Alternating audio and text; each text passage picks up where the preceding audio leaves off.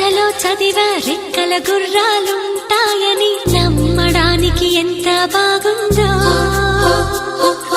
బాలమిత్ర కథలో చదివా పగడపు దీవులు ఉంటాయి